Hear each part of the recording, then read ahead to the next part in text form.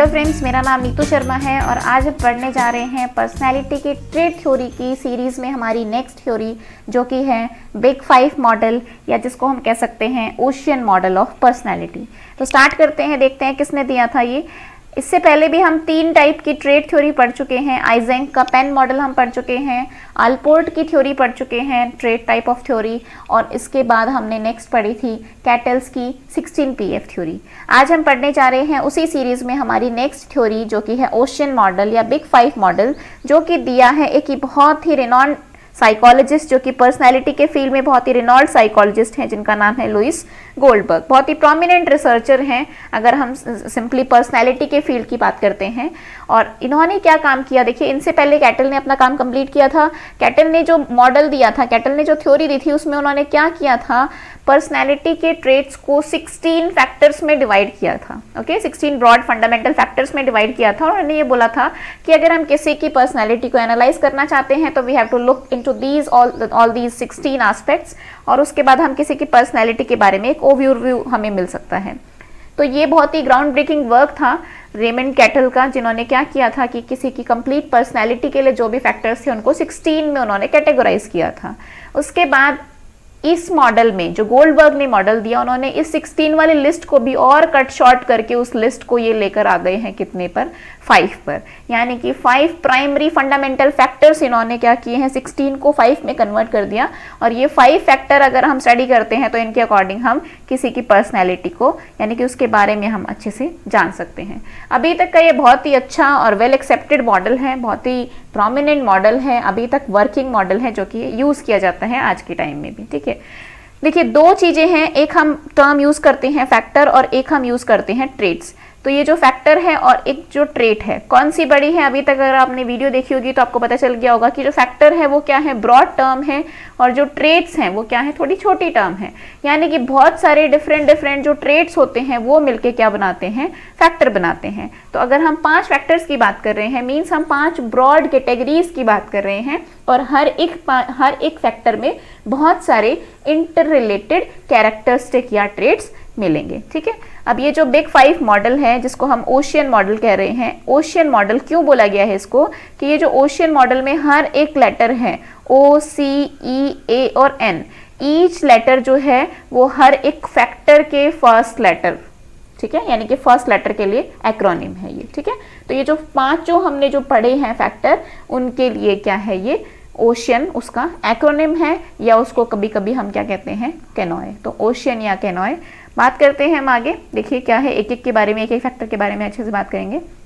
है क्या, सबसे पहले हम देखते हैं ये जो बिग 5 मॉडल में O है, O का मतलब क्या है, ओपननेस टू एक्सपीरियंस। C का मतलब क्या है, कॉन्शियसनेस। ठीक है, E का मतलब क्या है, एक्सट्रोवर्जन। A का मतलब क्या है, एग्रीबलनेस, और N का मतलब क्या है, न्यूरोटिसिज्म। तो ये 5 फैक्टर हैं और हर एक के बारे में हम क्या करेंगे, एक एक करके डिटेल में पढ़ेंगे। देखिए, ये वाला मॉडल जो है हमारा, ये भी है गोल्डबर्ग का 5 पर्सनैलिटी के बारे में दिया हुआ है। ओपननेस ऑफ एक्सपीरियंस, C से कॉन्साइंशियसनेस, E से एक्सट्रोवर्जन, A से एग्रीबलनेस और N से न्यूरोटिसिज्म। स्टार्ट करते हैं हमारे पहले फैक्टर के बारे में। पहला फैक्टर है हमारा ओपननेस टू एक्सपीरियंस। देखिए, नाम से पता चल रहा है कि ओपननेस टू एक्सपीरियंस। अच्छा, ये याद रखना है हमें कि ये जो फैक्टर्स की हम बात कर रहे हैं, ये फैक्टर अगर हम किसी इंडिविजुअल के अंदर जज करते हैं तो उस फैक्टर को हम मतलब ये देखेंगे कि इंडिविजुअल में किस रेंज में ही है, वो हाई वाले रेंज में मिलेगा या लो वाले रेंज में मिलेगा। ठीक है, लेकिन इसका मतलब ये नहीं है कि किसी के अंदर कोई चीज़ हाई है तो वो गुड हो गया और किसी के अंदर वो चीज़ लो है तो वो बैड हो गया, ऐसा कुछ नहीं है। सिर्फ हमें ये पता चलेगा कि ये पर्टिकुलर टाइप का ट्रेट किसी इंडिविजुअल के अंदर कितनी डिग्री तक मिलता है, लेकिन इसका मतलब ये नहीं है कि अगर कोई किसी भी फैक्टर पे हाई एंड पर लाई करता है तो वो अच्छी चीज़ है और अगर लो एंड पर लाई करता है तो बुरी चीज़ है, ऐसा नहीं है। सिर्फ हमें क्या पता चल जाएगा, एक इंडिविजुअल के बारे में हमें ये आइडिया हो जाएगा कि ये पर्टिकुलर ट्रेट उसके अंदर किस डिग्री का प्रेजेंट है, और अगर इस सिचुएशन में अगर उसको रखा जाए तो वो किस तरीके से बिहेव करेगा। मतलब एक तरह से हम उसकी पर्सनैलिटी के बारे में, उसके बिहेवियर के बारे में थोड़ा सा एनालाइज कर सकते हैं। तो हमारा जो फर्स्ट है ओपननेस टू एक्सपीरियंस, अगर जो लोग इस फैक्टर में हाई स्कोर करते हैं, इस फील्ड में हाई स्कोर करते हैं, तो उनके फीचर्स क्या होते हैं, वो हमेशा नई नई चीज़ें ट्राई करते हैं, ठीक है। बहुत ही आउटगोइंग टाइप के लोग होते हैं, बहुत ही एडवेंचरस लोग होते हैं, बहुत ही क्रिएटिव और क्यूरियस लोग होते हैं, नए नए आइडिया होते हैं, हमेशा उनको रेस्ट्रिक्टेड और बिल्कुल जो पहले से चला आ रहा है उसमें देख उस तरीके से सोचने में उनको नहीं मज़ा आता है। वो क्या करते हैं, बिल्कुल आउट ऑफ द बॉक्स, थोड़ा सा हटके सोचने पर विश्वास रखते हैं, क्रिएटिव होते हैं। बाकी अगर एक ही काम रोज रोज करते हैं तो वो उनको अच्छा नहीं लगता, वो बोरिंग लगता है उनको। तो ये बहुत ही क्रिएटिव है, नई नई चीज़ें करना उनको बहुत ही पसंद होता है। लेकिन अगर कोई इंडिविजुअल इस ओपननेस टू एक्सपीरियंस यानी कि इस ओ वाले फील्ड में अगर कोई लो अगर स्कोर कर रहा है, मतलब कि ऐसा इंडिविजुअल जो है वो डेली का सेम रूटीन फॉलो करता है, वो अपनी कंफर्ट जोन से इजीली आना नहीं चाहता है, ठीक है। तो बहुत ही इजी सा है, कुछ ऐसा है नहीं। ओ मतलब ओपननेस टू एक्सपीरियंस कि नई नई चीज़ों को सीखने में जो लोग बहुत जल्दी विश्वास रखते हैं वो ओपननेस टू एक्सपीरियंस है। नेक्स्ट हम आते हैं कंसाइशियसनेस में। इसमें क्या है, जो लोग ज़्यादा स्कोर करते हैं ऐसे लोग क्या होते हैं, बहुत ही प्लान तरीके से काम करेंगे, बहुत ही ऑर्गेनाइज्ड होंगे, हर काम की छोटी छोटी डिटेल्स पर ध्यान देंगे। मेन है कि ये बहुत ही डिसिप्लिन्ड होते हैं और बहुत ही प्लान काम करते हैं, गोल ओरिएंटेड होते हैं। एक चीज़ डिसाइड की कि ऐसे ऐसे मुझे इन स्टेप से जाना है, उसके बाद मुझे यहाँ पहुँचना है, उसके बाद मुझे यहाँ, मतलब बिल्कुल गोल ओरिएंटेड हैं, प्लान बनाते हैं, गोल सेट करते हैं, प्लान बनाते हैं, उस डायरेक्शन में काम करते हैं and ultimately they achieve the goal. Okay, they are very organised and they are very persistent. लेकिन जो दूसरे लोग होते हैं यानी कि जो इसी ट्रेट के जो दूसरी उस पे रेंज पर लाई करते हैं, ऐसे लोगों को ज़्यादातर हम कहते हैं दे आर वेरी इम्पल्सिव, और बहुत जल्दी वो रास्ता भटक जाते हैं, साइड ट्रैक होते हैं, कोई प्लानिंग नहीं, अचानक से ऑन द स्पॉट जो हो जाए वही ठीक है, ठीक है। So they let thing happens without planning. तो ये बिना प्लानिंग के बस जो जैसे हो रहा है या जो होगा देखा जाएगा उस टाइप की उसमें विश्वास रखते हैं ये, ठीक है। थर्ड है एक्स्ट्रावर्जन। ये तो हम पहले भी पढ़ चुके हैं, जब हमने पेन मॉडल पढ़ा था हमने देखा था पेन मॉडल जो था, किसका था पेन मॉडल, आइजेंक का पेन मॉडल था। उसमें जो ई था वो क्या था, एक्स्ट्रावर्जन। यहाँ पर भी वो ई एक्स्ट्रावर्जन है। एक्स्ट्रावर्जन का हमने देखा था कि ये क्या होते हैं, बहुत जल्दी स्टिमुलेट हो जाते हैं, लोगों की कंपनी एंजॉय करते हैं, तो बाहर के स्टिमुलेंट चाहिए होते हैं इनको, कॉर्टिकल अराउजल चाहिए होता है अपने आप को स्टिमुलेट कराने के लिए। तो ये जो एक्स्ट्रावर्ट्स होते हैं ये क्या करते हैं, अपने आप को रिचार्ज करते हैं, अपने आप की एनर्जी क्या करते हैं, एनर्जी इनको मिलती है जब ये लोगों से बातें करते हैं, इंटरेक्ट करते हैं, एक्टिविटी में परफॉर्म करते हैं, तो वो इनको बहुत अच्छा लगता है। तो ये बहुत ही एक्टिवली पार्टिसिपेट करते हैं, ये फ्रेंडशिप को अर्न करने में बहुत ज़्यादा एफर्ट लगाते हैं, एडमायरेशन में, स्टेटस में, एक्साइटमेंट, रोमांस, ये सारी चीज़ें, मतलब सारी चीज़ों में ये बहुत ही they part very actively, okay, they take part very actively, और दे फील वेरी कंफर्टेबल। हमें पता है एक्स्ट्रावर्ट जो लोग होते हैं they feel very comfortable around lots of people. हालांकि इसका बिल्कुल उल्टा है जो दूसरे वाले लोग हैं, कौन से, इंट्रोवर्ट। इंट्रोवर्ट क्या करते हैं, वो जब तक बिल्कुल ज़बरदस्ती वाली बात ना हो जाए तब तक वो उतना ज़्यादा एफर्ट नहीं लेते हैं, मतलब उनको सोशल रिवार्ड अर्न करने की ऐसी कुछ ज़रूरत फील नहीं होती है, वो अपनी एनर्जी को स्टोर करते हैं, उन्हें कोई स्टिमुलेंट्स की यानी कि स्टिमुलेशन की ज़रूरत भी नहीं होती है, और ये लोगों के साथ भी कंफर्टेबल फील नहीं करते हैं।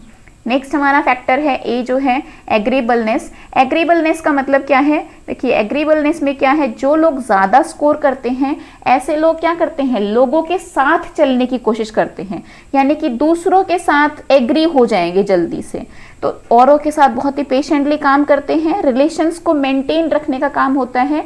अगर इनका गुस्सा आता है तो वो जल्दी शांत कर जाते हैं कि ठीक है चलो कोई बात नहीं जाने दो, इस टाइप का एटीट्यूड इनका होता है।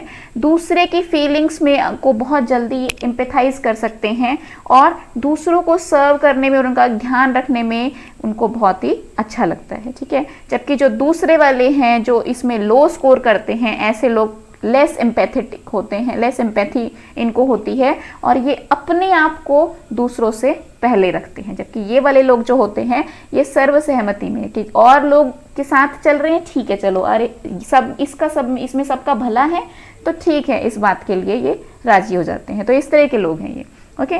नेक्स्ट हम बात करते हैं हमारे लास्ट फैक्टर की, जो कि है न्यूरोटिसिज्म। ये भी हम पहले पढ़ चुके हैं, आइजेंक का जो हमने पेन मॉडल पढ़ा था, पेन मॉडल का जो ये एन था वो क्या था, न्यूरोटिसिज्म वाला ही था। और यहाँ पर भी हमने बात की थी कि जो लोग न्यूरोटिक होते हैं वो क्या होते हैं, इमोशनली अनस्टेबल। तो न्यूरोटिसिज्म को हम इमोशनैलिटी से लिंक करते हैं, इमोशनैलिटी भी कह सकते हैं। और जो लोग न्यूरोटिसिज्म में हाई स्कोर करते हैं ना, वो ज़्यादातर डिप्रेशन में, एंग्जाइटी, थोड़ा पैरानॉइड टाइप के, एग्रेसिव नेचर के, बहुत छोटी चीज़ों पे बहुत लाउड रिएक्शन होता है, नेगेटिव इमोशंस बहुत जल्दी इनके अंदर जागते हैं। तो ये सारी चीज़ें मतलब थोड़ा सा नेगेटिव साइड में है ये चीज़ें। जबकि जो लो होते हैं, इसमें लो स्कोरर जो होते हैं, वो क्या करते हैं कि ठीक है, इमोशनली बहुत ही स्टेबल होंगे, काम कंपोज्ड, बहुत ही रिलैक्स होंगे, और चीज़ों को, जो चीज़ उनकी ठीक है ऐसा हो गया कोई बात नहीं, इसको नेगेटिवली ना लेकर वो क्या करते हैं, पॉजिटिव लेकर लेट गो करके मूव ऑन करने की स्ट्रेटजी पर ज़्यादा विश्वास करते हैं। तो ये हमारे 5 फैक्टर्स हमने पढ़े थे। 5 फैक्टर में हमने पांचों फैक्टर को अच्छे से डिस्कस कर लिया। ओशियन मॉडल हमने बोला, या हम इसको कभी कभी क्या बोलते हैं, केनॉय मॉडल भी कहते हैं, या हम इसको कह सकते हैं हमारा बिग 5 मॉडल। तो देखिए दिया किसने था ये भी हमें पता है, अभी हम पढ़ चुके हैं किसने दिया था, ये गोल्डबर्ग ने, लुइस गोल्डबर्ग ने। कैटल के बाद इन्होंने ये मॉडल दिया था, और 16 को उन्होंने क्या किया था, 5 में डिनोट किया था। हम किस टाइप की थ्योरी पढ़ रहे हैं, ट्रेट टाइप की थ्योरी।